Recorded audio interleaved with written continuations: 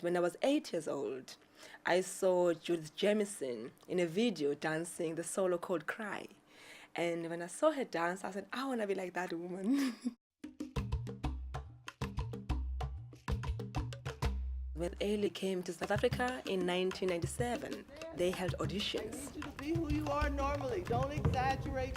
Don't do anything you wouldn't normally do except be terrific. This was like a kind of a deja vu moment to even see the woman live. Because I remember going to the auditions, I saw her smiling, and I was grinning like, oh my God. And then I made it to Ailey, and I was off to New York in '98. When I went to Ailey, for the first time I had black people teaching me. And for me that was quite a whole new experience because my teacher was white who taught me ballet, and people who treated me like I didn't feel like the other.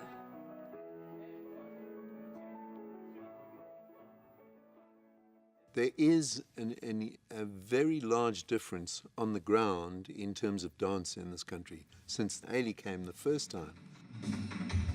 Maybe some of the seeds of what we're now experiencing, which is a flourishing of South African contemporary dance companies. What happened 17 years ago certainly urged it on and certainly watered the land. The role of the arts is to keep the soul of the individual alive, to keep the soul of the individual knowing that there is a greater accountability in the work we do to the people. Today, we hosted the Alvin Ailey Dance Company to the Apartheid Museum. It's a great honor for us. We created this museum as a memorial, not only to go back the history of the suffering of our people, but to represent both sides and in the end reconcile in line with social cohesion and reconciliation. We were very fortunate. We got the artists, the photographers, the filmmakers, and people who had all the artifacts we needed to exhibit, so as to be able to give a visitor a holistic experience. It was a very emotional experience being in the Apartheid Museum, seeing the history of this country unfolding and seeing the people rise up for their sense of freedom and for equality. What struck me was how the arts were intertwined within the revolution. Reflecting back on the first time coming to South Africa shortly after apartheid, it was really interesting to be in Soweto, to be able to do outreach. And then to be here today, it's quite beautiful to see how the technique of dance has progressed. We're here teaching them Horton, a dance that we all trained in as Ailey dancers, at the Ailey School. And then to have a cultural exchange where they showed me a dance based off of tap dancing to learn something that they're doing right now, the in dance. It just changes you a little bit. Dances that we're doing back home, the Nene and the SpongeBob, it all stems from an African dance that the tribes did earlier, and it just morphed and manifested into something else. I definitely see that dance is more accessible here because it's something that has been a part of their history for such a long period of time. Culture is what brings peoples together. And the work by the dance company here in South Africa, I'm sure will build a new generation of fans. I'm sure will inspire a dozen or so dancers that never thought that they had the talent to dance. And that's what you want with cultural ambassadors. It's a huge responsibility, and it's a responsibility that you have to want to take on, because you're representing not only you, your country, your hometown, your family, and Mr. Ailey and what his thoughts were about dance and the feeling that you get from working in his works. When we perform in Japan or China or any other country, they don't really know what the song is about. But on the stage, what the dancer does with this music, I think they just feel it. Well, I think Judith Jamison put it in a nutshell. It speaks directly to the human spirit.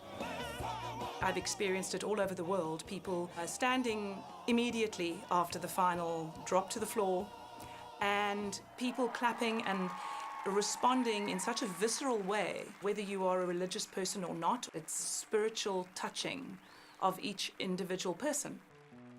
Mr. Ailey's company and Duke Ellington both were considered cultural ambassadors by the United States because of the great work that they did.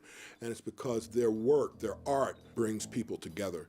And when you bring people together, then you can begin to have the kinds of conversations that governments begin to have over time. But it starts because the people are comfortable with each other. It's like I'm letting you in my front door into my living room to see how I live. The music that they use, jazz, and I think the spiritual side of it, the use of music with a church message, is something that speaks to this country right across the board. This continent of mine in 2050 going to have the largest population. 65% going to be under 19 years old. How do we give the young kid of the world today dignity? How do you give them identity? For them to understand that everything that is going around with the technology means nothing if you have no culture.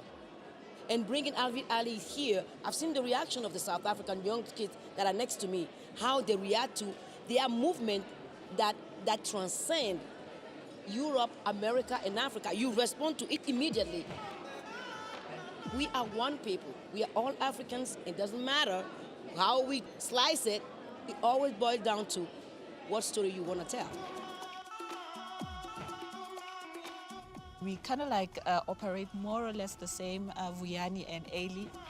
We're into this outreach development, which is quite important for everyone, around us and the schools itself. And also what I've realized here in South Africa is that theater, it's not that much exposed. We appreciate the fact that you guys came in, you went around and teaching these kids about where exactly dance comes from. With the new dancers, they bring this fire, they bring a new energy, and sometimes it wakes me up, and I feed off of that, and I think that that's what's beautiful about dance, that you give and take from each other.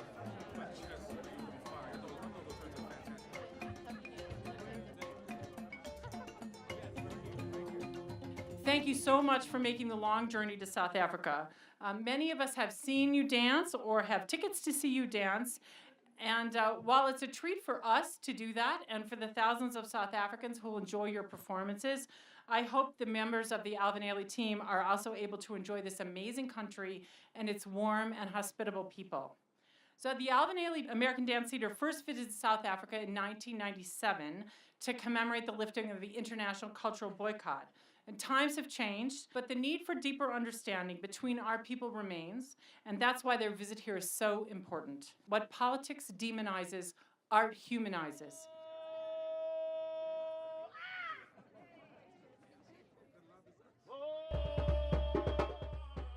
I first saw Alvin Ailey when they came to South Africa in 1997.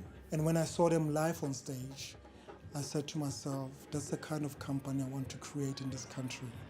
To be the epitome of our democracy, to be the epitome of our foundation for our forefathers, for what they've been fighting for all these years, to free us from the mental slavery, to free us from colonial slavery. And Vuyani Dance Theatre has created that for me. Tonight symbolizes everything that is who we are as a company, as a country, as people of this continent. And we just wanted to share that with the Ailey company, with the visitors, with the guests around here, to say that we are united because we share something that is common, humanity. Being here, it's almost like just a reminder of why Revelations has the effect that it has on audiences all over the world. It's imbued with that sense of celebrating our common humanity. And that reminds me of why I make a dance in the first place. It's the single act of communicating something that gives us all courage. Without courage, we can't do anything else. And I think I will leave with a little bit more courage from this experience.